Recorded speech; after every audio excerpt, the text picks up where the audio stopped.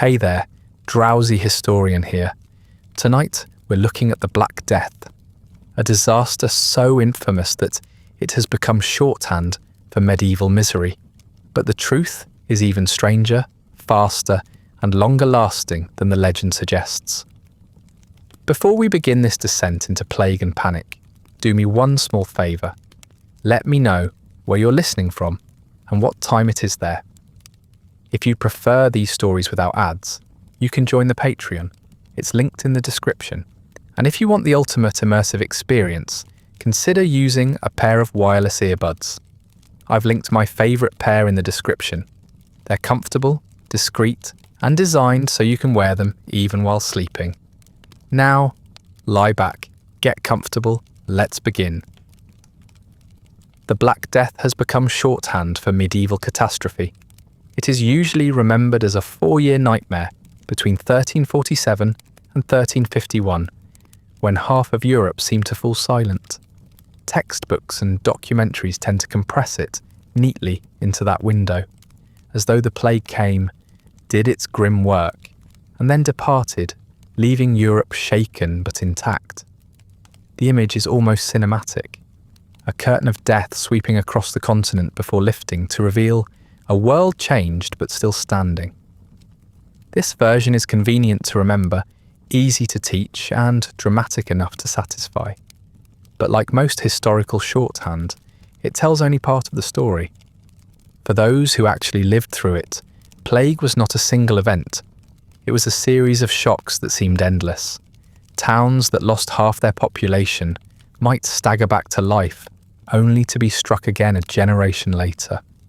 The horror did not finish neatly in 1351. It returned in waves, reshaping families, economies, and culture for centuries. If you had been a child in the aftermath of the first outbreak, you might have grown up amid ruins, heard endless stories of mass graves, and then watched the disease return just as you reached adulthood.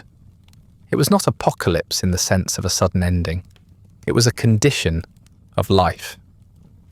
To understand why the Black Death was worse than most people imagine, you first have to trace its path back to where it began. The story does not start in a European city with church bells tolling, nor in a medieval marketplace with peasants falling suddenly ill. It begins on the open grasslands of the Asian steppes, where human and animal worlds were closely entwined. Here lived the bacterium Yersinia pestis, an organism invisible to the eye but capable of toppling empires. It thrived in the bellies of fleas, which in turn infested rodents, marmots, gerbils, and the rats that travelled with human caravans.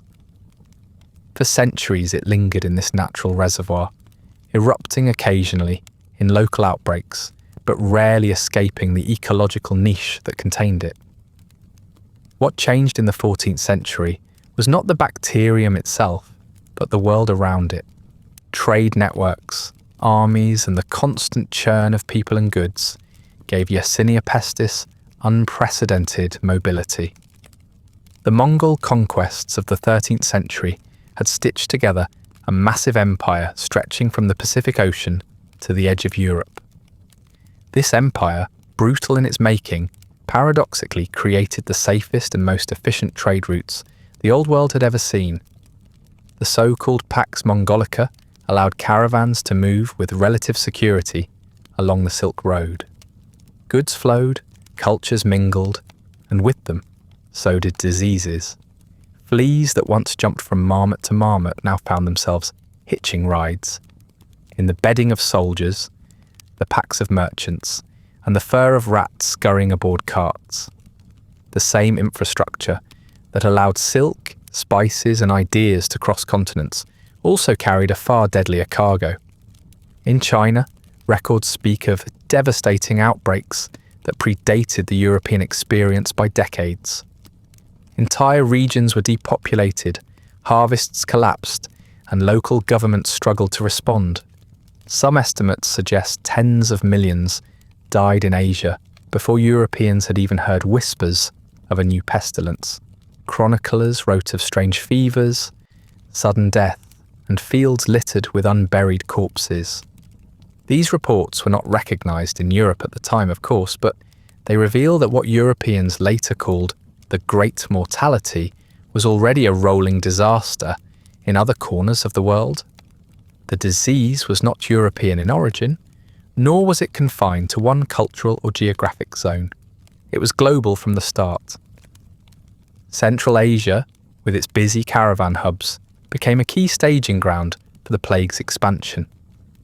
Merchants from Samarkand, Bukhara, and Kashgar carried goods westward, but rats carried the fleas, and the fleas carried Yersinia pestis.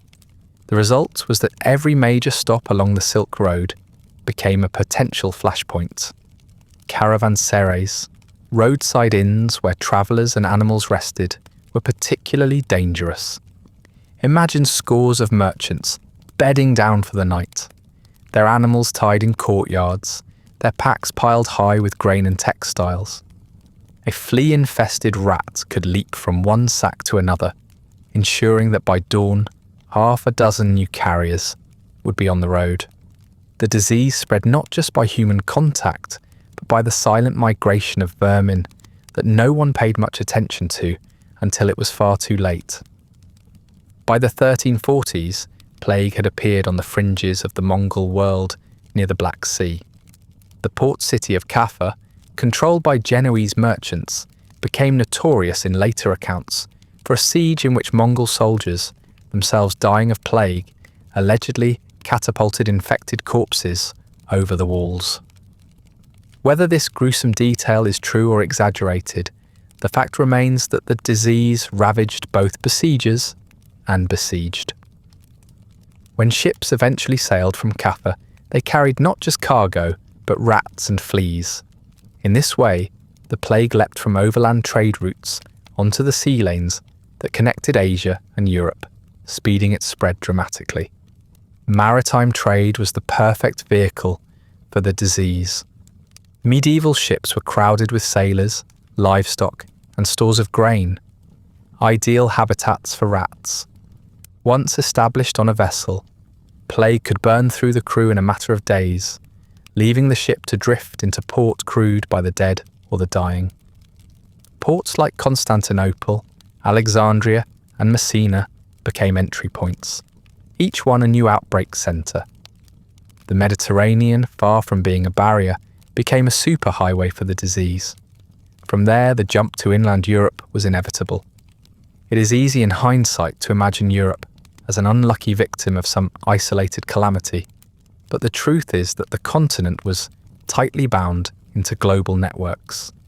Italian merchant states like Genoa and Venice thrived on their trade with the East, importing silk, spices, and precious metals.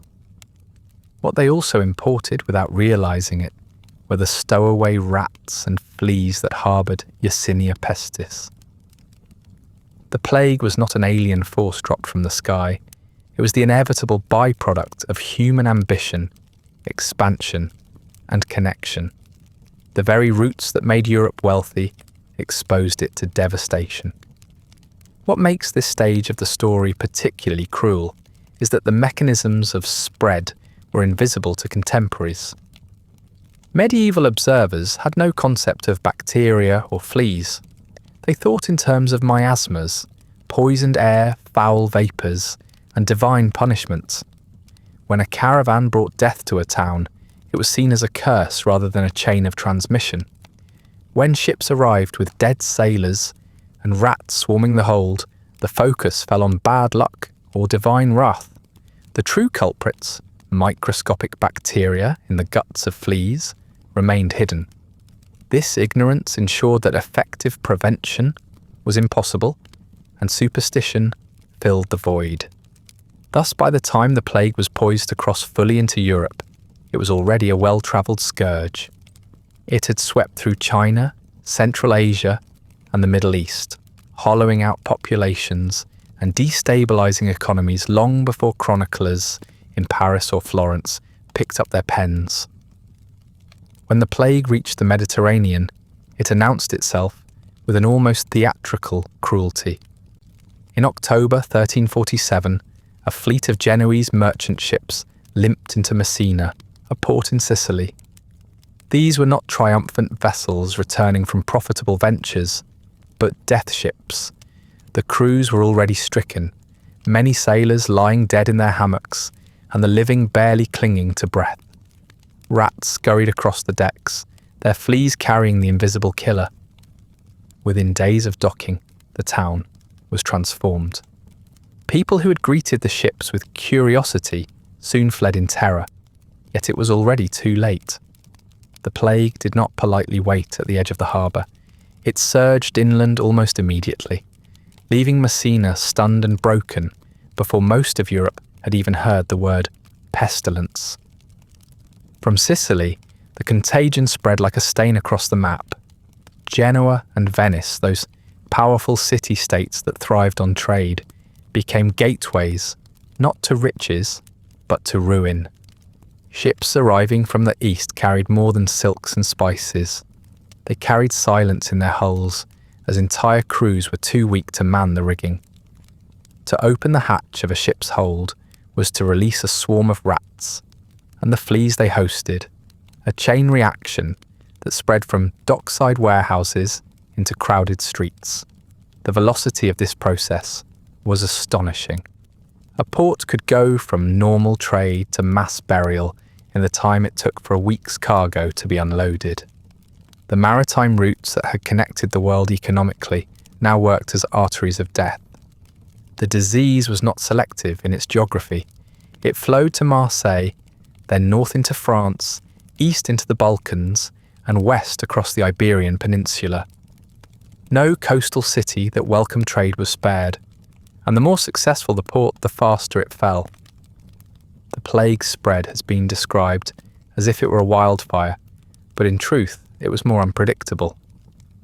Fires can be contained. This contagion could leap across seas and mountains with a swiftness that left people convinced it was supernatural. Entire regions felt as if they were struck at random. A village might hear rumours of devastation hundreds of miles away, only to wake one morning and find it already in their streets. The speed was perhaps most horrifying at the local level. When the disease entered a town, it did not creep through slowly.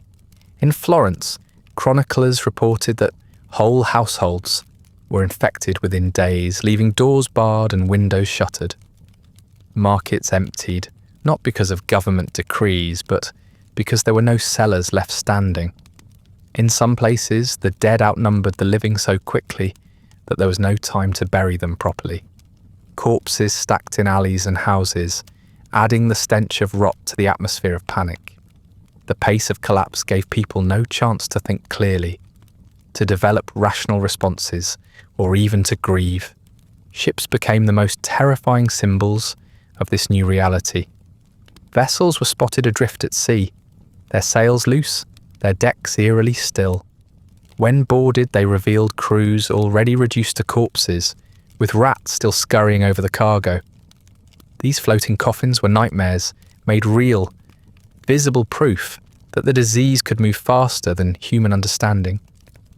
Even if a port tried to defend itself by refusing entry to suspect ships, the effort was usually futile. Rats needed no invitation. They could slip down mooring ropes or scuttle off planks, spreading contagion to the docks, even before officials could make decisions. The idea of quarantine was born in this era, but its crude enforcement rarely matched the pace of the disease. Inland towns were no safer. From port cities, the plague travelled along the same roads merchants had always used. Inns and taverns became stepping stones in its path, as travellers unwittingly carried it deeper into the countryside. A town that heard of pestilence in a neighbouring city often found itself struck the very next day, despite efforts to close its gates. No wall was tall enough to keep out rats, no curfew strict enough to halt the movement of fleas. This invisibility made the plague feel omnipresent. People began to believe the air itself was poisoned, that clouds carried contagion, or that a curse had been loosed upon the earth. What made the speed particularly devastating was that fear travelled even faster than the disease. Rumours of whole villages erased in days preceded the plague's actual arrival. Bells tolling in one city could be heard in the imagination of the next. Prompting flight before infection had even taken root. Families abandoned their homes not because they were sick, but because they thought sickness might already be in the air. Yet fleeing often spread the disease more quickly. Refugees carried fleas and rats with them, turning safe havens into new epicenters. Panic was not just a side effect, it was an accelerant. Chroniclers struggled to capture the velocity of collapse. In Avignon, papal records noted that thousands died so quickly that fields went untilled and bodies were dumped into the Rhône River when cemeteries overflowed. In Paris, mortality soared to such heights in such a short span that the king himself fled the city. London saw carts of bodies rolling through the streets in what seemed like an unending procession. The tempo of death outran the ability of institutions to respond. Doctors, priests, and officials could barely comprehend what was happening before they too were struck down. The normal rhythms of civic life, court sessions, market days, religious festivals, evaporated in a matter of weeks. The extraordinary speed also fed into the apocalyptic imagination. People could believe it was divine punishment, precisely because no natural explanation seemed adequate. How else to explain towns erased almost overnight, ships transformed into charnel houses by the time they reached shore, or families extinguished before neighbours had even learned they were ill? The pace of destruction mocked the idea of order, science, or reason. It seemed to confirm that the end of days had arrived, or that some cosmic judgment was being carried out. Yet ironically, the real cause was something far more ordinary. Fleas doing what they had always done, only now carried across the world by human commerce. The plague's speed was not only geographic, but also biological. Once symptoms began, the end often came within a week, sometimes in just a few days. Neighbours who had chatted in the marketplace on Monday could be corpses by Friday. This acceleration of death compressed time for everyone involved. Communities had no chance to adapt, to develop strategies, or even to care for the sick. All they could do was watch as the disease advanced, too fast for any response beyond despair. By the time Europe realised it was under siege, it was already too late. The networks of trade and movement that had bound the continent together had also ensured its downfall. What began with death ships in Sicily and Genoa cascaded across the continent in a series of rapid, unstoppable surges. Within a few short years, every corner of Europe would feel the shock, and yet the most terrifying truth was still to come. For speed was only the outer shell of the horror. What happened inside the human body, once the plague took hold, was even worse. The first signs were often deceptively small. A headache, a flicker of fatigue, a mild fever that might have been mistaken for the start of an ordinary illness. But within hours, those mild signals gave way to grotesque transformations that were unmistakable. The most infamous were the buboes, swollen lymph nodes that ballooned painfully in the groin, the armpits, and sometimes along the neck. They appeared suddenly, hot to the touch and blackened at their centres, as if the flesh itself were rotting from the inside. The buboes grew to the size of eggs, even apples, straining the skin until it cracked and oozed pus. Contemporary accounts describe them as tumours, as fiery boils, as living marks of death. They throbbed with pain so intense that sufferers writhed in their beds, clawing at their own skin. To be in the same house as a victim was to hear moans that grew hoarse from agony, punctuated by the sound of scratching nails against infected flesh. If touched, the swelling sometimes ruptured, releasing a foul stench of decay that turned even hardened attendants away. Neighbours learned to recognise the smell long before the body itself expired. Alongside the buboes came fever that burned through the body like a furnace, Victims shook with chills one moment and sweated through their clothes the next. Their tongues grew dry and black, lips cracked, and voices rasped until speech was nearly impossible. Many could no longer swallow food or water, leaving them to die in parched delirium. Some coughed so violently that blood spattered onto their bedding, staining cloth with crimson that darkened to brown. This was the pneumonic form of plague, attacking the lungs and making the act of breathing itself a bloody labour. To live in a household with a pneumonic victim was to be surrounded by the constant sound of hacking coughs, each one echoing like a death knell for those nearby. The skin itself betrayed the infection. Black blotches appeared across the body, discolorations that gave rise to the name Black Death. These patches spread across the limbs, dark stains of pooled blood beneath the surface, as though the body were already decomposing while still alive. The extremities turned gangrenous.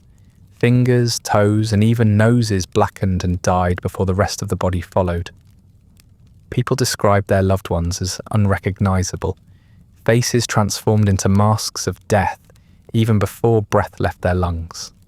For those who witnessed it, it was as though the plague was not merely killing, but actively unmaking the human form. Other symptoms came in bewildering variety, adding to the sense that the disease defied comprehension. Some victims vomited incessantly, their stomachs convulsing until blood replaced bile. Others suffered seizures, limbs jerking uncontrollably, foam gathering at the corners of their mouths. Still others slipped quickly into stupor, eyes glassy, unresponsive, even as relatives screamed their names. The unpredictability of these outcomes only heightened the terror.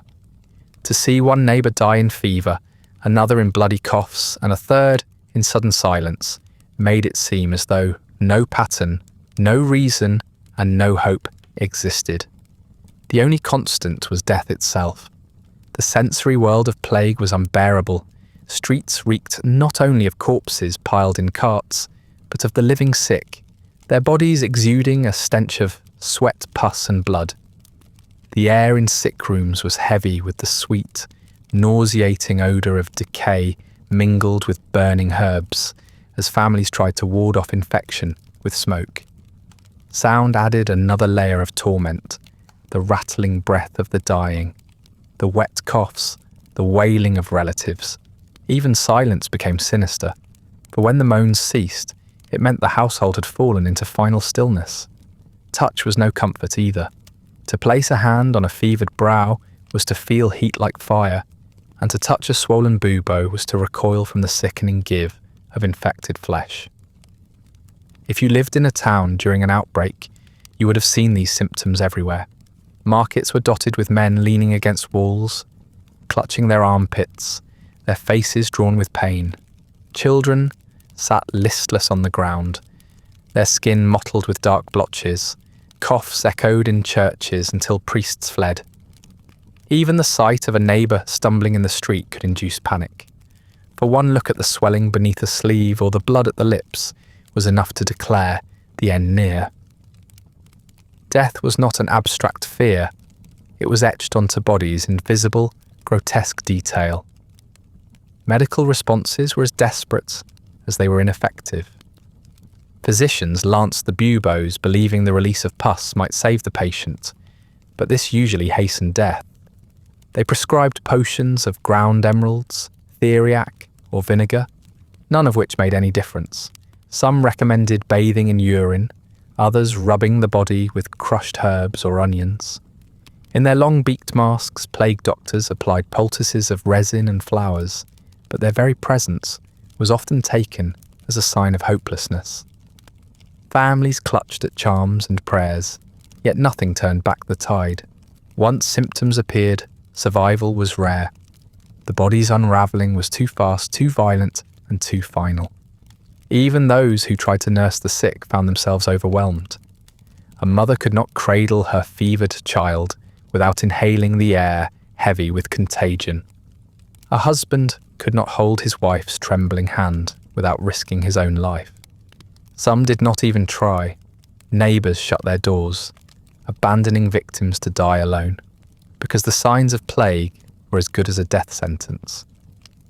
Compassion collapsed in the face of grotesque symptoms, leaving many to rot unattended. The horror was not only in the disease itself, but in the isolation it imposed, stripping victims of human contact in their final hours. The pace of decline was merciless.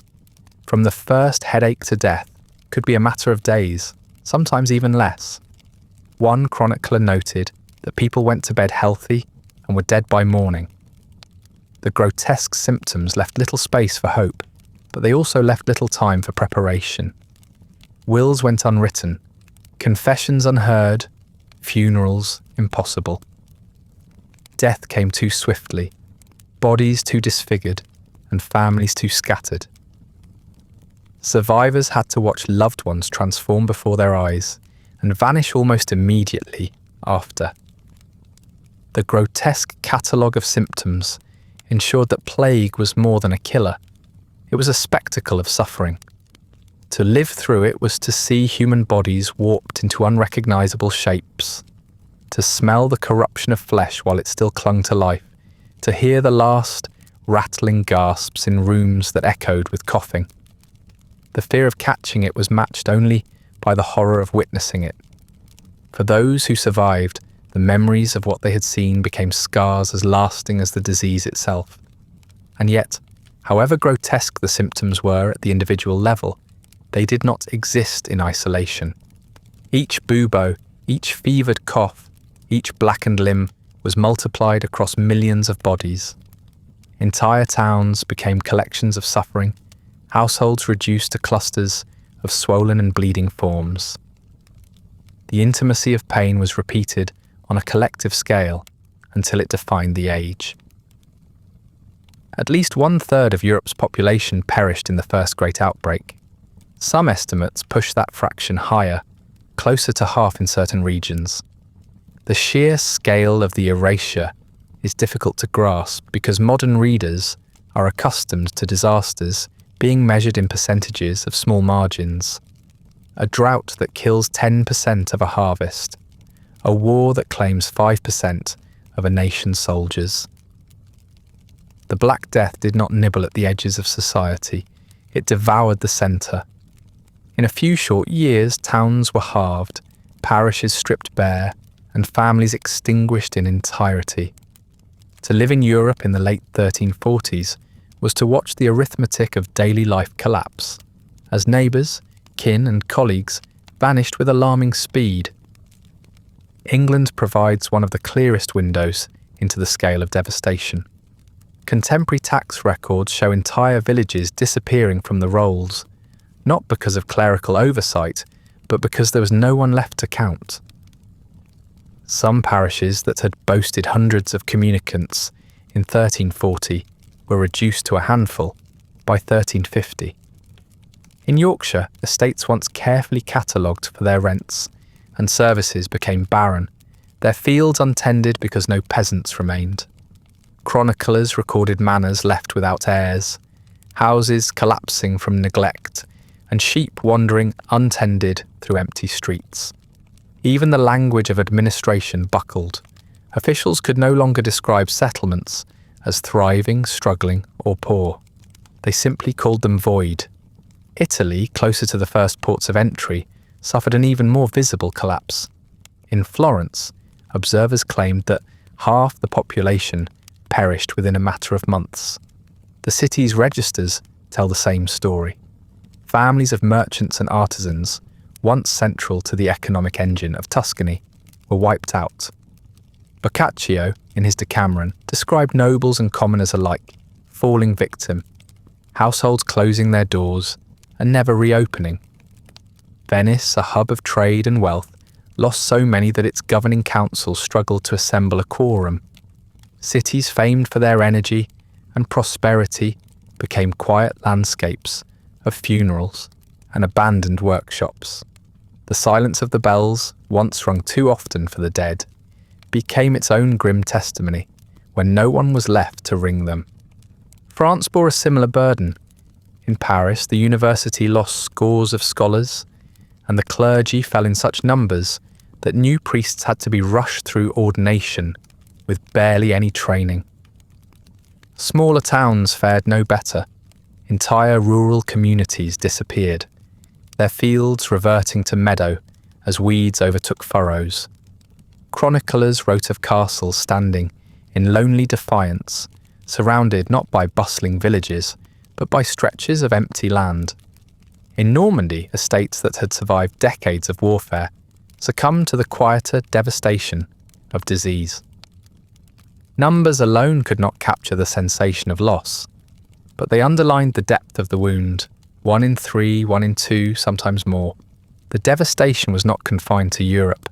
The Middle East also reeled. Cairo is estimated to have lost hundreds of thousands of people, perhaps half its inhabitants. The city that had once dazzled visitors with its mosques and markets found itself crippled, its caravans halted, its administrators struggling to maintain order. Damascus recorded death tolls so high that bodies had to be interred in mass graves outside the walls, and public prayers for relief became almost constant. Syria and Anatolia reported entire districts with barely a remnant population. These figures remind us that the plague was never a narrowly European story. The scale was global, the arithmetic of loss shared across continents. What made the numbers so devastating was not simply the percentage of population lost, but the way those losses struck at every level of society. Lords died without heirs, peasants without children, artisans without apprentices. The links that held communities together snapped all at once. A family of 6 might be reduced to 1 survivor in a week. A town of 1,000 could be halved by the time news reached the next settlement. Even monasteries, places of supposed sanctuary, became charnel houses. In some cloisters, nearly every monk perished, leaving libraries unattended and chants silenced mid-phrase. Mortality did not respect wealth, vocation, or piety. It scythed indiscriminately, though its effects radiated unevenly, depending on who was left behind. In quantitative terms, the Black Death dwarfed most other disasters of the medieval era. Famines, wars, and even previous epidemics claimed thousands, sometimes tens of thousands. The plague claimed millions. Europe's population, which had been growing steadily for centuries, collapsed so sharply that it would not recover to pre-plague levels for more than 100 years. Historians often debate whether it was 30, 40, or 60%, but the debate itself underscores the problem. The numbers were so vast, the record so overwhelmed, that exact calculation is impossible. When death comes at such a scale, statistics blur into silence. The numbers also tell us about time. Mortality did not roll out slowly over decades. It arrived in jagged bursts. In some towns, half the population died in a single season. In others, 3/4 fell before the next year had ended. The compression of death into such narrow windows magnified the trauma. It was not simply that millions died, but that they died in such close succession that survivors were left disoriented. When 1/3 of the continent vanishes in 4 years, memory itself struggles to keep pace. Generations were lost in what felt like the span of a single breath. Behind every number lay the smaller, quieter arithmetic of grief. A child who watched both parents die in the same week became an orphan without kin to shelter them. A craftsman who buried his apprentices had no one left to continue his trade. A widow who survived her children had no reason to sow fields that would never be harvested. The statistics of 1/3 or 1/2 conceal this intimate destruction, the subtraction of individual lives that collectively hollowed out whole cultures. Numbers were the skeleton of the story. The flesh was grief repeated endlessly, multiplied until it warped society itself. Contemporaries tried to record the toll, but even they seemed overwhelmed. Chroniclers reached for comparisons, as many dead as grains of sand, as stars in the sky, as leaves in autumn, because numbers lost their meaning. Parish registers, manorial accounts, and civic tax rolls all broke down under the weight of mortality. When the same scribe recorded a village in 1347, and then again in 1351, the difference was often not in decimals, but in whole communities erased. A name crossed out with no replacement. A farm listed as deserted. A priest's line in the register ending with no successor. The gap between then and now was measured in absence. If the numbers alone were staggering, the atmosphere they produced was even more unsettling. The streets of medieval towns became theatres of chaos, each person scrambling for an explanation or a cure that did not exist. Bells tolled constantly, bodies piled high in carts, and the stench of rot clung to the air. Against this backdrop of daily death, panic did not simmer quietly in private homes. It spilled into public life, bursting out in frenzied displays that revealed as much about human fear as about the plague itself. Order frayed quickly, and what remained was a society grasping wildly at any measure that promised salvation. One of the most dramatic spectacles came in the form of the flagellants. Bands of men, often numbering in the hundreds, marched from town to town, whipping themselves in the streets. Bare to the waist, they carried scourges tipped with iron spikes, lashing their own backs until they bled. The sound of leather cracking against flesh echoed through marketplaces, followed by chants that mixed penitence with defiance. Onlookers gathered, some horrified, others inspired, as blood spattered the cobblestones and dripped down the flagellant's shoulders. They believed that if society punished itself, God's wrath might be turned aside. Instead of quelling fear, these processions spread it. Wherever they went, the spectacle suggested that ordinary prayers and rituals had failed, that only extreme suffering could hope to match the scale of divine anger. Fear also turned outward, seeking human scapegoats. Jewish communities across Europe were accused of poisoning wells, spreading plague deliberately, or practicing sorcery. The charges were absurd, but in an atmosphere of panic they gained traction. Pogroms followed. Synagogues burned, men and women dragged from their homes, entire communities exterminated not by disease but by violence. In Strasbourg, thousands of Jews were killed in a single frenzy, while survivors in other towns fled into exile. The cruelty was staggering, yet it followed a familiar pattern. When confronted with something incomprehensible, people sought someone visible to blame. The plague did not need help in killing, but human hands eagerly added to the death toll. Those who did not turn to violence sought safety in charms and amulets. Market stalls sold trinkets promising protection, crosses inscribed with special prayers, rings with supposed magical properties, or scraps of parchment carrying sacred words. People hung herbs around their necks, clutched talismans in their fists, and scattered flowers across thresholds. Aromatic plants like rosemary and lavender were prized, not only for their smell, but for the belief that sweet scents could counteract the miasmas thought to cause disease. To walk through a city was to see doorways festooned with greenery, rooms filled with incense, and citizens clutching charms close to their hearts, as if wood and metal could ward off death. Fires were another desperate measure. Bonfires were lit in city squares to purify the air, their smoke curling through streets, already hazy with the stench of decay. Some towns mandated that people carry small fires in braziers through their houses, or burn barrels of pitch in alleys. The smell was acrid, the air choking, but people believed that smoke would drive away the poisoned vapours.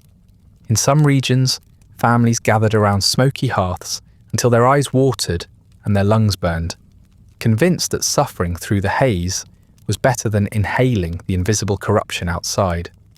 The irony was cruel. The very smoke meant to protect often sickened those who breathed it. Superstition flourished in the absence of knowledge. Astrologers claimed the alignment of planets had unleashed the pestilence. Pamphlets circulated suggesting that the conjunction of Mars, Jupiter, and Saturn had poisoned the air. People studied the skies anxiously, as though shifting stars might provide the key to survival.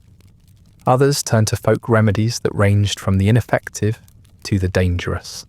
Some smeared themselves with dung, believing foul smells repelled worse ones. Others drank concoctions of mercury, arsenic, or crushed emeralds, sold by opportunists eager to profit from desperation. The results were predictable, not cures, but additional suffering. In towns where panic reached fever pitch, daily life disintegrated. People refused to enter markets, fearing that the breath of strangers carried death. Food supplies dwindled, not only because of mortality, but because panic made trade impossible. Families locked themselves indoors, avoiding all contact with neighbours, only to die together in isolation. Doors were marked to signal sickness within, and sometimes stones were stacked outside houses to warn passers-by. Communities, once bound by trust, dissolved into suspicion. Every cough was a threat, every stranger a possible carrier, every shadow a reminder of mortality. The breakdown of solidarity was visible even in acts meant to preserve it. Funeral processions, once solemn and communal, became hurried affairs. Priests rushed through prayers, or sometimes did not appear at all. Gravediggers demanded higher wages, knowing they risked their lives, and when their numbers dwindled, corpses were left unburied in streets or heaped into mass graves. The old rituals of mourning collapsed under the weight of sheer numbers. Families could not gather for proper farewells, and grief was compressed into silence. Panic not only filled the air, but also robbed people of the consolations that usually soften death. Yet even as order collapsed, opportunism thrived. Quack doctors paraded through towns selling miracle potions. Merchants hoarded grain to drive up prices. Some even looted the homes of the dead, convinced that wealth was less contagious than disease. In such an atmosphere, the veneer of morality peeled away. Desperation eroded not only the bonds between neighbours, but also the trust between citizens and the structures meant to guide them. Fear fed on itself, spreading faster than the plague in some places, leaving societies fractured even before infection arrived at their gates. What made the panic particularly corrosive was its persistence. The plague did not strike and vanish in a single week. It lingered for months, returning in waves. That meant fear also lingered. Children grew up watching flagellants whip themselves raw, witnessing neighbours murdered in pogroms, and inhaling the choking smoke of endless fires. For them, the plague was not only a disease, but an environment, a world in which terror was the natural state. Long after the first outbreak subsided, the habits of fear remained. Suspicion of strangers, obsession with omens, and reliance on charms continued to shape communities scarred by the memory of helplessness. The spectacle of panic laid bare a sobering truth. The plague was not merely a biological event, but a social one. It did not only kill bodies, it warped behaviour. People who might once have turned to one another in solidarity now turned inward, or worse, turned against their neighbours. Fear became a contagion in its own right, distorting reason and multiplying suffering. What began as chaos in the streets grew into something deeper, eroding the foundations of trust and stability. And that is where the real damage began to spread upward. Institutions that had always seemed immovable, from the church to the courts, found themselves hollowed out with startling speed. The authority figures people turned to for guidance in crisis, priests, doctors, magistrates, were often the first to flee. Their absence was not subtle. The toll of bells replaced sermons, the silence of abandoned courts replaced verdicts, and the deserted chambers of physicians replaced consultations. It was as if the scaffolding of society had been shaken loose, leaving only the bare frame of survival behind. The clergy's collapse was perhaps the most visible. Priests were expected to hear confessions, administer last rites, and bury the dead. Yet these very duties placed them in constant contact with the infected. Many perished quickly, overwhelmed by the demands placed upon them. In some parishes, every single priest died in the span of months, leaving corpses unattended and souls without ritual. Others abandoned their posts outright, retreating to the countryside in the hope of saving themselves. The irony was bitter. In a moment when people most desperately sought divine comfort, the representatives of the divine were either dead or in hiding. Chroniclers complained of churches standing empty, altars neglected, and processions discontinued. For the faithful, this absence was devastating, reinforcing the sense that God had turned away, and his earthly servants had done the same. Doctors fared no better. Their training, already limited by the medical knowledge of the age, could not withstand the reality of plague. The standard treatments of bloodletting, herbal poultices, and charms proved useless. Once it became clear that patients died despite, or because of, these efforts, many physicians simply vanished. Some retreated into wealthy households, taking service with patrons who could offer security and seclusion. Others abandoned their practice altogether, unwilling to expose themselves to the stench of infected breath or the sight of suppurating buboes. Cities that once boasted dozens of healers were reduced to a handful, and those who remained often charged outrageous fees. For the poor, this meant no access to care at all. For the rich, it meant the hollow comfort of attendance without cure. Civil authority, too, faltered under the weight of fear. Courts closed, councils failed to meet, and decrees went unenforced. Magistrates, who had once overseen disputes over land or trade, were suddenly faced with empty dockets, not because conflicts had disappeared, but because participants were dead. In towns where officials did attempt to impose order, they often succumbed to the very contagion they were trying to manage. Guards set to watch city gates deserted their posts. Tax collectors, faced with parishes where half the population was gone, found themselves with nothing to collect. It was not only death that emptied institutions, but the paralysis of those who survived. Fear robbed them of purpose. The family, usually the last refuge of support, crumbled as well. Chroniclers report cases of parents abandoning children, children abandoning parents, and spouses refusing to care for one another. To share a bed with the infected was to court death, and so many chose to retreat behind locked doors, leaving loved ones to perish alone. Stories circulated of mothers refusing to nurse infants, of siblings refusing to touch the dying hands of their brothers and sisters. Compassion became a luxury too dangerous to afford. The natural bonds of affection were subordinated to the raw instinct of survival. In such an atmosphere, even the home ceased to be a sanctuary. The collapse of authority left people rudderless. Without priests, souls were believed to depart unshriven. Without doctors, bodies rotted untreated. Without officials, disputes festered into violence or despair. The very structures that gave meaning and order to life appeared powerless, if not absent altogether. What replaced them was not new authority, but a vacuum. Into that void crept rumour, superstition, and opportunism. The flagellants, the pogroms, the quack remedies, all of these found fertile ground precisely because trusted institutions had disintegrated.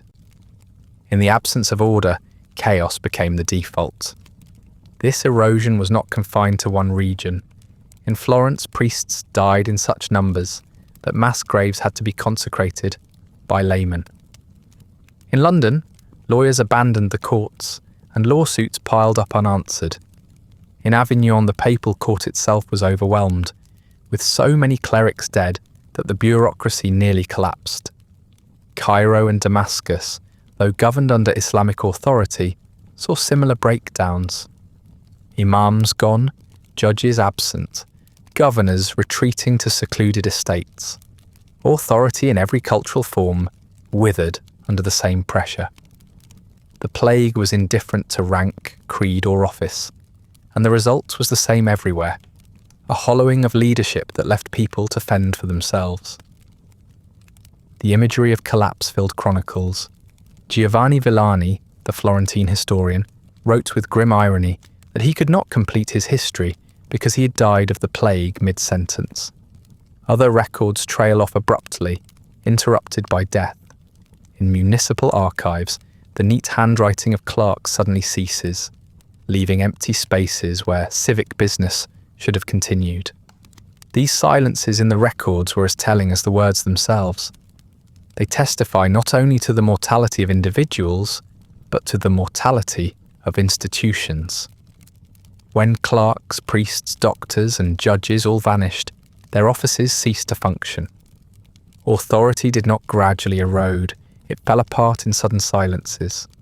For survivors, this collapse deepened the sense of abandonment. It was one thing to lose neighbours and kin, but another to see the very pillars of society crumble. To walk past a shuttered church, a closed courtroom, or an abandoned doctor's house was to feel that the world itself had come undone.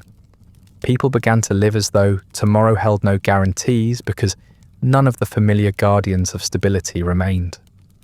The world had been reduced to a stark binary: live or die. Everything else, faith, law, medicine, was either gone or unrecognisable. What made this all the more devastating was the realisation that the plague was not finished. The initial outbreak between 1347 and 1351 was the most catastrophic, but it was only the beginning. As early as the 1360s, new waves struck across the continent. Florence, which had already lost nearly half its citizens, was struck again, and chronicles record the bitter despair of a population that had only just begun to recover. London endured repeated outbreaks, each one cutting down thousands more.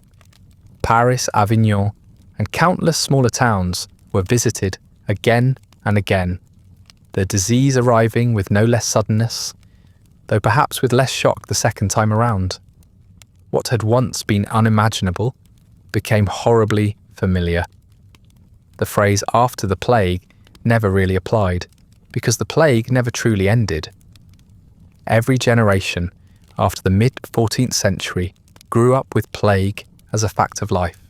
Children born after the first outbreak inherited not only the empty houses and abandoned fields of their elders, but also the certainty that pestilence could return at any time.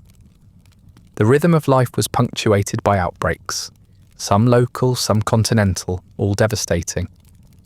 Records from the 15th century speak of towns losing a third of their population in one recurrence, only to lose another third a decade later.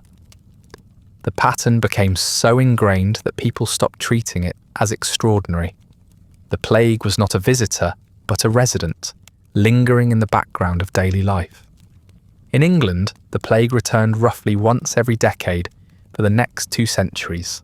Some outbreaks were smaller, confined to towns or regions, but others were wide-reaching. The mortality rate was rarely as catastrophic as in the first wave, but even a lesser recurrence could devastate communities already weakened. London alone experienced at least 40 major outbreaks before the 17th century, each one stripping away another layer of its population and leaving survivors haunted by the memory of bells tolling and carts laden with corpses. The capital of a rising kingdom was, for centuries, also a city that never shook off the smell of pestilence. Italy was similarly scarred. Venice, with its constant maritime trade, suffered dozens of outbreaks, prompting the creation of some of the first formal quarantine stations. lazarettos on nearby islands. Ships were forced to wait 40 days before disembarking, an attempt to starve the fleas and rats of new hosts. These measures slowed but did not prevent recurrence. Florence, Siena and Milan all endured repeated devastations. Chroniclers describe parents who had buried siblings in 1348 watching their own children die in 1363, and grandchildren fall in 1400. The cycle of grief extended across generations until plague became as much a part of civic identity as guilds or cathedrals. The persistence of the plague across centuries meant that cultural memory never healed. Even when there were lulls, the fear of recurrence never abated. A rumour of pestilence in a nearby town was enough to send people fleeing, abandoning markets, and closing city gates. The very architecture of Europe adapted to its constant presence. Pest houses were constructed on the edges of towns, cemeteries expanded endlessly, and public health ordinances multiplied. Yet none of these measures provided true security. The plague could erupt suddenly, carried on the breath of a traveller, the cargo of a ship, or the vermin hidden in a cart of grain. The instability it created was not a brief crisis, but a permanent condition. Beyond Europe, the same story unfolded. In the Ottoman Empire, plague outbreaks ravaged Constantinople and Cairo repeatedly, shaping the political and economic fortunes of two of the greatest cities of the Islamic world. The disease flared in the Middle East with relentless regularity, often described in records as though it were a seasonal curse, not an extraordinary disaster.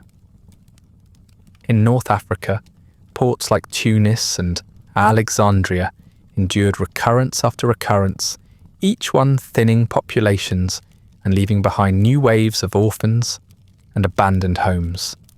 The Mediterranean, in particular, never escaped. It remained the central highway of plague for centuries, a constant reminder that the disease was not bound by geography or time. The psychological weight of recurrence cannot be overstated. A single catastrophe is traumatic, but a cycle of catastrophes produces despair of a different sort. People who survived one outbreak did not emerge stronger. They emerged more fearful, knowing it could and likely would return. Children grew up with lullabies shaped by death, and adults measured their lives not in decades of peace, but in intervals between plagues. To plan for the future, a marriage, a harvest, an apprenticeship, was always to do so under the shadow of uncertainty. The cultural obsession with death that marked late medieval Europe was not just a response to the first great outbreak, but to the knowledge that the horror was never over. Authorities, weakened by the initial collapse of institutions, never fully regained their footing because they were repeatedly undermined by fresh outbreaks. Each recurrence stripped away new officials, new priests, new physicians. Efforts to rebuild trust were constantly sabotaged by the return of disease. Communities that tried to re-establish order found themselves once again digging mass graves and improvising desperate remedies. The cycle prevented the consolidation of stability. Europe lived in a kind of permanent provisional state where any effort to restore normalcy could be overturned by a single reappearance of the plague. The economic consequences of recurrence were equally severe. Labour shortages could not simply be healed by a single generation's recovery when fresh outbreaks continually thinned the workforce. Fields lay fallow, not just once but repeatedly. Trade networks sputtered as merchants feared carrying contagion across borders. Families who might have rebuilt their fortunes after one disaster found themselves impoverished by the next. The cycle of plague entrenched poverty and instability, ensuring that even in times of apparent respite, fragility was the norm. To understand why the Black Death struck Europe with such ferocity, one has to look at the world it entered. The 14th century was not an age of prosperity poised to be briefly interrupted by a sudden disease. It was a century already frayed by hunger, weakened by political turmoil, and scarred by war. Plague did not descend upon a continent in rude health. It arrived in a landscape already hollowed out, where bodies were fragile, stomachs empty, and institutions strained. In this sense, the bacterium did not create catastrophe alone. It exploited a stage that was already set for collapse. The years leading up to the Black Death had been marked by famine. The Great Famine of 1315 to 1317 devastated much of northern Europe, when relentless rains rotted crops and left fields waterlogged. Grain failed, livestock starved, and entire harvests disappeared. For years afterward, shortages persisted. Chroniclers described villages reduced to boiling roots, parents selling children, and corpses lying unburied because survivors lacked the strength to dig graves. Though the worst years of famine were decades before the plague's arrival, the scars remained. Populations had only partially recovered, and food insecurity lingered. Malnutrition left many bodies stunted, fragile, and vulnerable to infection. A population already weakened by decades of poor harvests was easy prey for any disease, let alone one as vicious as plague.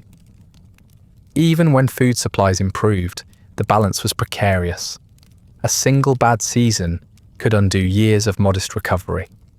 Grain reserves were small, storage methods primitive, and transportation unreliable. Local shortages quickly escalated into regional crises. When plague struck, it often landed in communities already suffering from hunger. Malnourished peasants with weakened immune systems stood little chance. The disease was not striking down the robust but the brittle. Hunger and pestilence became a paired catastrophe, each amplifying the other.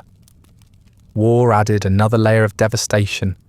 The 14th century was a violent age, and nowhere was this clearer than in France and England, locked in the 100 Years' War. Battles scarred the countryside, armies plundered villages, and peasants fled their fields. Fields went untilled, mills sat idle, and famine followed in the wake of marching soldiers.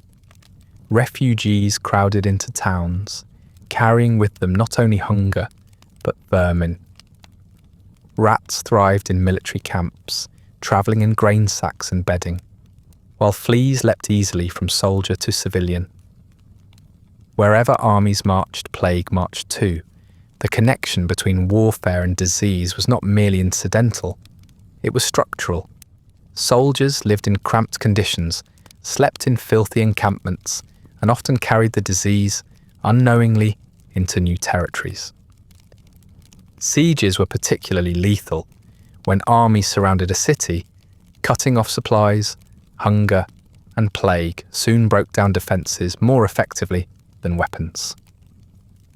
The infamous siege of Kaffa on the Black Sea was not unique. Across Europe and Asia, besieged cities became breeding grounds for plague, their cramped populations succumbing to starvation and sickness long before walls were breached. War spread the disease faster and farther than trade alone could have managed. Internal conflicts added to the instability.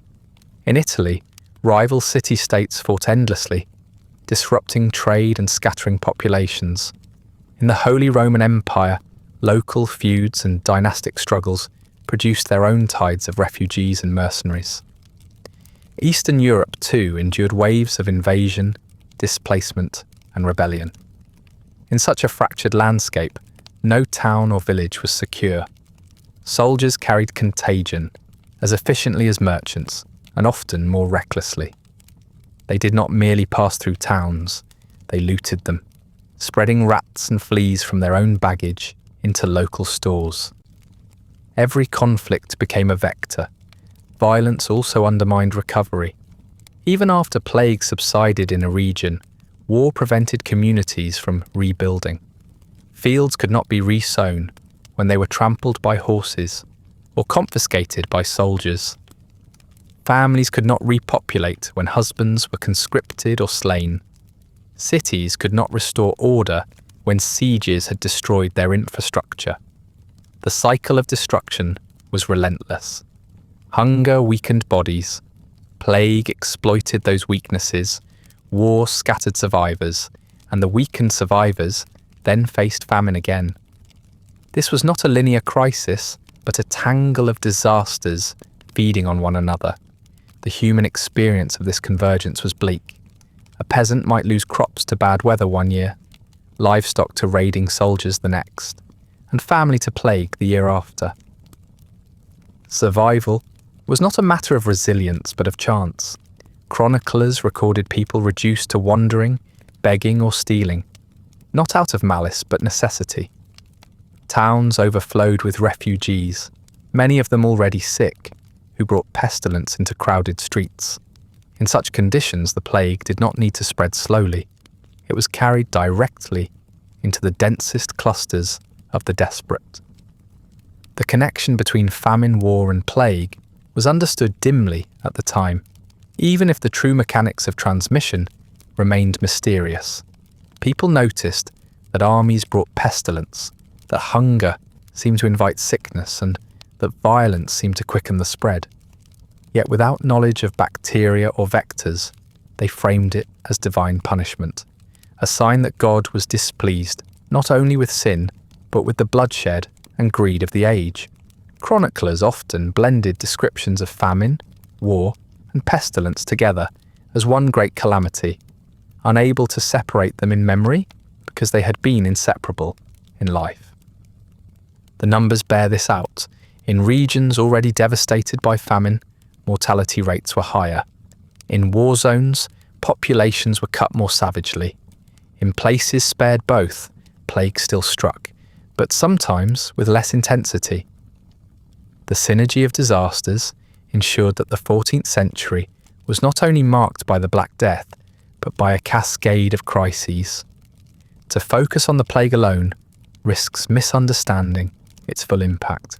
It was the keystone of catastrophe, but the arch had been built long before it arrived. The legacy of this convergence was profound. Because hunger and war persisted long after the first wave of plague, recovery was uneven. Some towns slowly repopulated, only to be emptied again by a renewed conflict. Others lingered half-abandoned for generations. Families that might have rebuilt after disease found their fortunes crushed by taxation for war or by yet another failed harvest. Entire regions fell into cycles of poverty that lasted centuries. Plague did not merely kill, it prevented recovery from the wounds already inflicted by famine and war. This is why the true toll of the Black Death cannot be measured in death rates alone. Mortality statistics, staggering as they are, tell only part of the story. The devastation of the 14th century was compounded by the fact that Europe was already weakened. Bodies were undernourished, social structures fractured, and armies forever on the move. Plague did not strike a healthy, prosperous society. It struck one already staggering, and in doing so, magnified every weakness. The catastrophe of the Black Death was not just that millions died, but that famine and war ensured the losses echoed through generations, reshaping the long-term trajectory of Europe far more deeply than numbers can convey. When the first wave of plague receded, what it left behind was almost as devastating as the mortality itself. Death had been swift, but recovery was slow, uneven, and in some cases never came. Entire landscapes bore the scars of abandonment. Where once there had been villages filled with smoke from hearths and the clatter of tools, there were now only husks of cottages with sagging thatch and doors swinging open in the wind. Fields went to weeds, furrows swallowed by grass, and orchards fell untended until fruit rotted on the ground. Europe did not simply lose people, it lost the patterns of life those people had woven. Communities that had stood for centuries were wiped from the map, not by fire or conquest, but by silence. The labour shortages were immediate and severe. In many regions, Half or more of the workforce had died, leaving lords without peasants to till their fields and merchants without apprentices to keep shops running. Entire manorial estates in England stood deserted, their barns empty, their pastures overgrown. In France, vineyards shriveled because there were not enough hands to prune the vines. Italy's wool industry, once the pride of Florence, faltered as spinners and weavers perished. Economic collapse followed in wave after wave, not because trade routes were gone, but because the people who had sustained them were missing.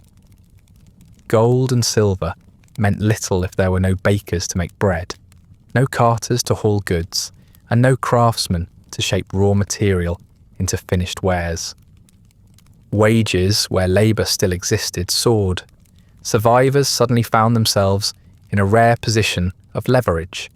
Peasants demanded better terms, higher pay, and in some cases freedom from the serfdom that had bound their families for generations. Landlords resisted, attempting to enforce traditional obligations by law or decree, but necessity often forced them to concede. Labourers who once lived under the thumb of their lords could walk away to find better conditions elsewhere. Fields left empty by death became bargaining chips for the living, and entire systems of feudal obligation began to crack under the pressure. The plague did not kill serfdom outright, but it loosened its grip, shifting the balance of power in subtle but irreversible ways. Urban life was no less transformed.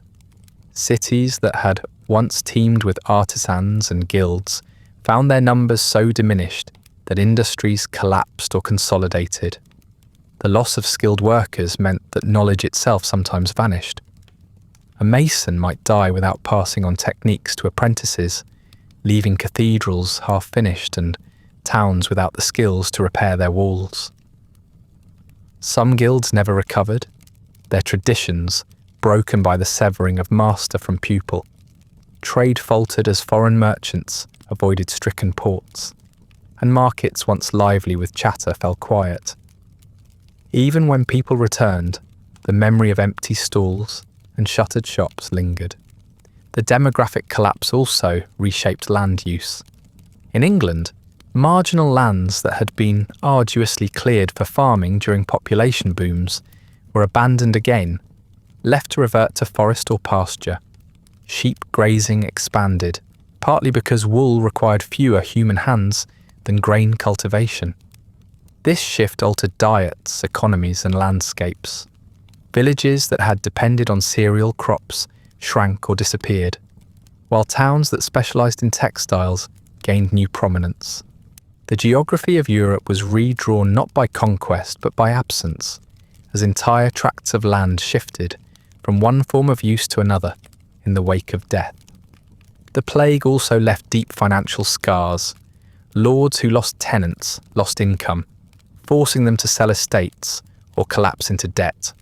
Governments lost tax revenues, even as they faced mounting expenses for war and rebuilding. In England, the Crown responded with measures like the Statute of Labourers in 1351, which tried to cap wages and bind workers to their old lords. These laws were widely resented and often ignored, fueling resentment that would later erupt in uprisings like the Peasants' Revolt of 1381. Across the continent, economic strain eroded the old order, creating a volatility that extended far beyond the plague years. The social order itself was shaken. Nobles found themselves less secure, the church less respected, and commoners more assertive. Traditional hierarchies strained under the weight of demographic collapse. The plague revealed, in the starkest possible terms, that privilege offered little protection from mortality. Lords, priests, and kings died alongside peasants, and their estates and offices often lay vacant. This levelling effect was temporary in some respects. Elites still clung to power, but the psychological shock was lasting. The idea that the world's structures were fixed and eternal became harder to believe when they had all buckled so quickly. Communities that did survive were left haunted by gaps that could not be filled. Families were fractured permanently. A village might contain houses still standing, but without the families that had occupied them, those dwellings were only reminders of absence. Survivors often lived surrounded by the ghosts of their neighbours, with memories of streets once filled with laughter, now reduced to eerie quiet.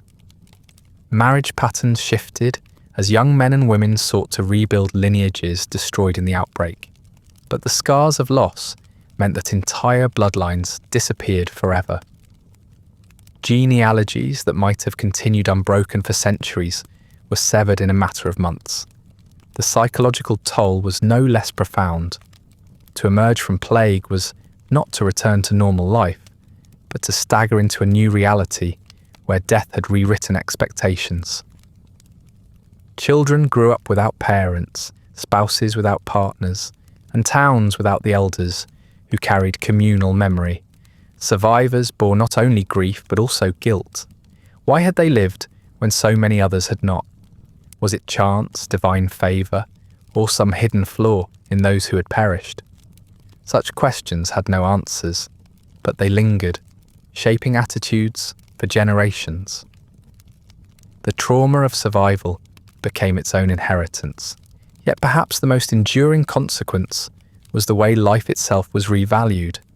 Some survivors became reckless, embracing pleasures they had once shunned, convinced that tomorrow was never guaranteed. Chroniclers wrote of people spending inheritances quickly, indulging in feasts, luxuries, and entertainments, as though mocking death's dominion by seizing the moment. Others turned inward, retreating into prayer, penance, and fear of sin, convinced that death's shadow meant stricter obedience to God. The plague fractured not only societies but also individual consciences, leaving people pulled between indulgence and repentance, abandon and austerity. In all of this, what stands out is that the plague's toll was not simply numerical. Death counted in millions is staggering, but death multiplied by social collapse is transformative. The fields gone to waste, the guilds broken, the families erased, the hierarchies shaken. These were consequences that endured long after the pits of corpses had been filled. Europe did not simply lose lives. It lost structures, traditions, and ways of being. The old order had been hollowed, and what replaced it was not a seamless continuation, but something new, built upon ruins, and into those ruins entered culture. Death, which had always been a familiar presence in medieval life, now became the dominant lens through which people understood the world. It was not an occasional visitor, but a constant companion, visible in the empty fields, the silence of villages, and the gaps at every family table. This familiarity bred obsession. Art, literature, and philosophy in the centuries that followed were saturated with reminders of mortality. Where earlier generations had painted saints and angels, the generations shaped by plague filled their margins with skulls and skeletons, grim figures that danced mockingly alongside the living. Death moved from the background to the foreground of culture, becoming the one truth no one could deny. The most striking artistic manifestation of this shift was the Danse Macabre, or Dance of Death. Murals appeared on the walls of churches and cemeteries, depicting skeletons leading people of all ranks in a grim procession. Kings, queens, bishops, merchants, and peasants were all shown holding hands with skeletal figures, dancing together in a parody of life. The message was blunt: death spared no one, and the grave united all. For congregations who gathered to worship beneath these images, the lesson was impossible to ignore. Every sermon was echoed by painted reminders that whatever one's wealth or power, the end was the same. These murals were not subtle, but subtlety was not needed in a society still haunted by mass graves. Books, too, bore the imprint of cultural trauma. Illuminated manuscripts that once celebrated saints or decorated margins with playful creatures now sprouted grotesque images of decaying corpses, worms burrowing through flesh, and grinning skulls peering from the corners of the page. Marginalia became macabre, reminders that even while one read holy texts or moral tales, death was always waiting at the edge of vision. In some cases, scribes illustrated skeletons tugging at the robes of monks, or cadavers lying alongside rulers, as if to whisper that authority and piety alike could not evade the inevitable. The written word did not escape plague, it carried its shadow in ink and image. Literature reflected the same preoccupation. Boccaccio's Decameron, written in the aftermath of the Florentine plague, framed its stories with the image of young nobles fleeing the city to escape death.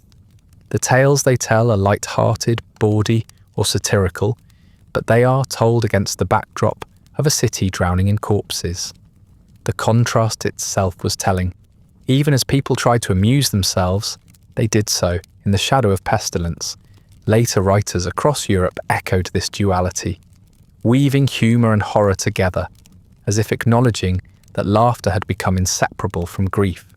Storytelling itself became a form of survival, a way to speak against silence, to create meaning where none seemed possible. Philosophy and religion turned increasingly toward decay. Sermons lingered on the brevity of life, urging listeners to repent quickly because death could come without warning. The image of the world as a fragile and fleeting place, a veil of tears, a pilgrimage toward eternity, grew sharper. Tomb inscriptions became more direct, commanding passers-by to remember their mortality. Memento mori. The skull became a favoured emblem, not only in art but in personal devotion, a reminder carried into prayer and contemplation.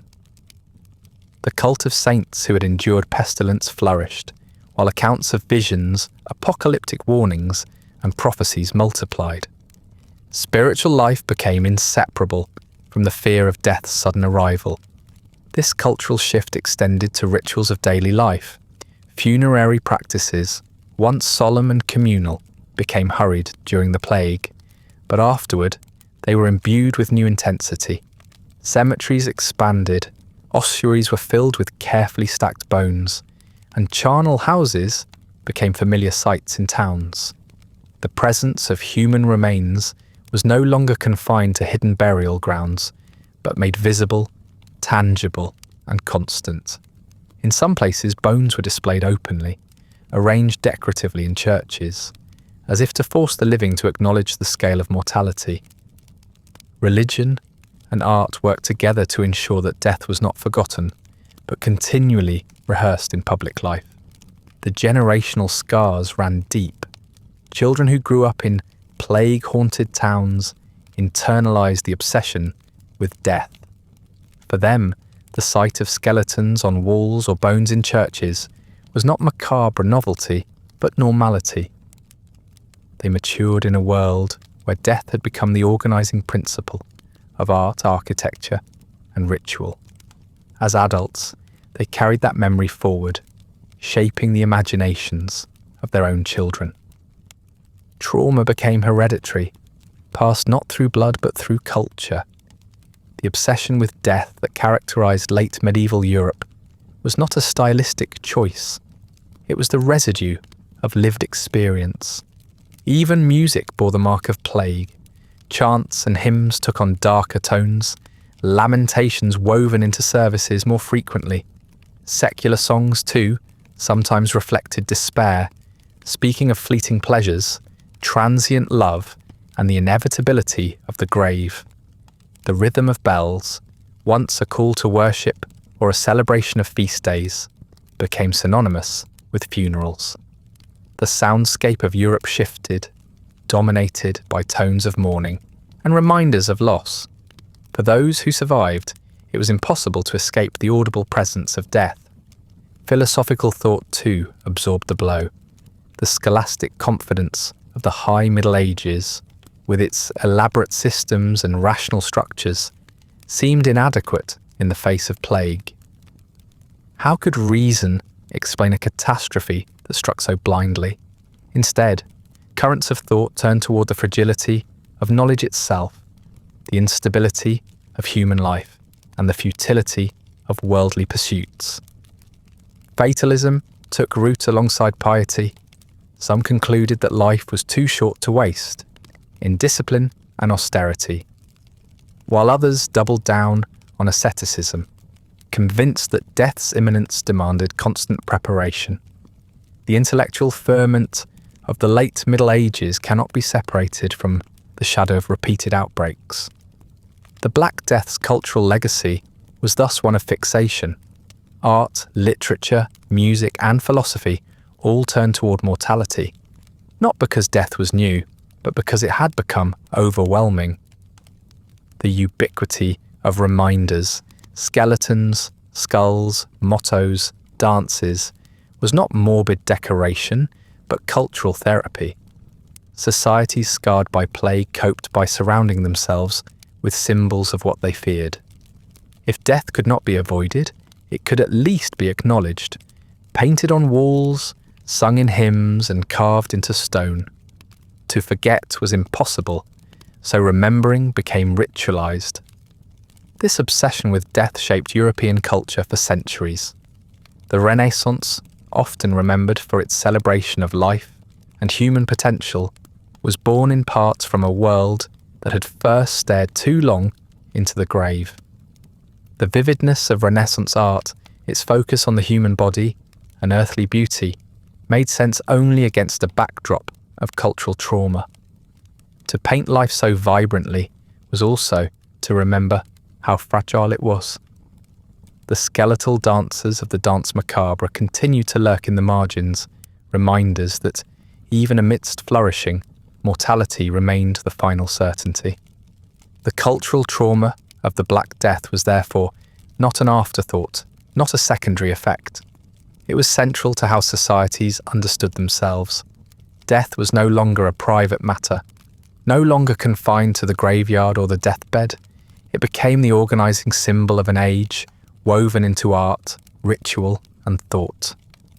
Generations lived with its imagery, internalized its lessons, and passed them on, ensuring that long after the first graves had closed, the memory of plague lived on in cultural form.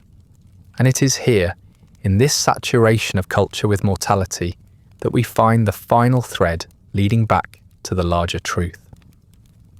The Black Death was not only a demographic disaster or an economic collapse. It was a psychological and cultural rupture, one that reshaped how people saw the world and themselves. To call it a single event is to misunderstand it. To call it merely a tragedy is to diminish it. The plague's mark was not only in bodies buried, but in minds scarred, in imaginations haunted, in cultures reorganized around decay. And that brings us to the end of tonight's story. Not the neat textbook tale of the plague as a single medieval calamity, but the reality of recurring waves, empty villages, failing harvests, and generations haunted by skeletons, dancing in the margins of their books and on the walls of their churches. Feel free to like, subscribe, or leave a comment with another forgotten corner of history you'd like explored next. If you'd like early access to more of these quiet descents into forgotten history, ad-free audio of the episodes, or just want to support the show, there's a link to the Patreon in the description.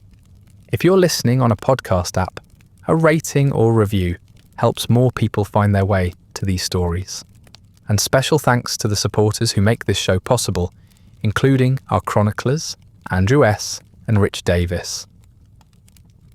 Sleep well.